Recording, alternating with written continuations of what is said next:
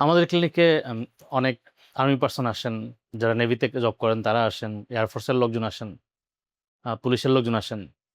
মূল সমস্যা নিয়ে আসেন বেশিরভাগ যে তাদের হচ্ছে ওজনটা বেড়ে গেছে অথবা আ প্রপারলি তারা যে মাইল টেস্ট হয়, মাইল টেস্টে তারা পাস করতে পারতেছেন না। এই সমস্যাগুলো হয়।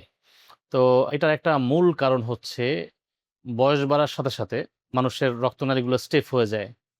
এছাড়া হচ্ছে হার্টের যে হার্টের ফাংশন কিছুটা কমে আসে। স্বাভাবিকভাবেই একটু বয়স বেড়ে গেলে মানুষের যেটা স্বাভাবিক কার্যক্ষমতা সেটা মানুষ আস্তে, আস্তে একটু সেডেন্টারি লাইফে অভ্যস্ত হয়ে যায়। তো এই কারণে হচ্ছে অনেকেই মাইল টেস্টে পাস করেন না বা হচ্ছে অনেকেরই যেটা স্বাভাবিক এই ধরনের জবের ক্ষেত্রে যে ধরনের প্রফিসিয়েন্সি থাকে এটা অনেক সময় লস হয়। তো হিজামা করলে কি হবে? হিজামা করলে এই ধরনের প্রফিসিয়েন্সি আবার ব্যাক করার চান্স আছে আলহামদুলিল্লাহ। আমাদের যতজন পেশেন্ট আর্মি থেকে বা নেভি থেকে বা এয়ারফোর্স থেকে এসছেন, তারা বেশিরভাগই রিটার্নিং হয়েছেন। তারা এটার উপকার পেয়েছেন বলে রিটার্নিং হয়েছেন এবং প্রচুর পেশেন্ট তারা রেফার করেন।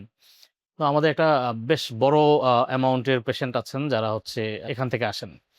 তো তারা সবাই হিজামার পরে উপকার পেয়েছেন। আ যারা মাইল টেস্টে একটু সমস্যা ছিল, মাইল টেস্টে তারা বেশ ভালো করতেছেন। হ্যাঁ? তারপর হচ্ছে যাদের একটু ওজন বেড়ে গিয়েছিল, তারপরে হচ্ছে ঘুম ঠিকমতো হচ্ছিল না। এছাড়া হচ্ছে যাদের কোলেস্টেরল লেভেল হাই ছিল, অনেক ক্ষেত্রে হচ্ছে তাদের রাত জাগতে হয় তার জবের পারপাসে। তো এই ক্ষেত্রে তাদের স্লিপিং যে একটা সাইকেল সেটা ডিস্টার্ব হয়ে যায়। তো এসবের কারণে হিজামাটা আসলে খুবই উপকার হয়।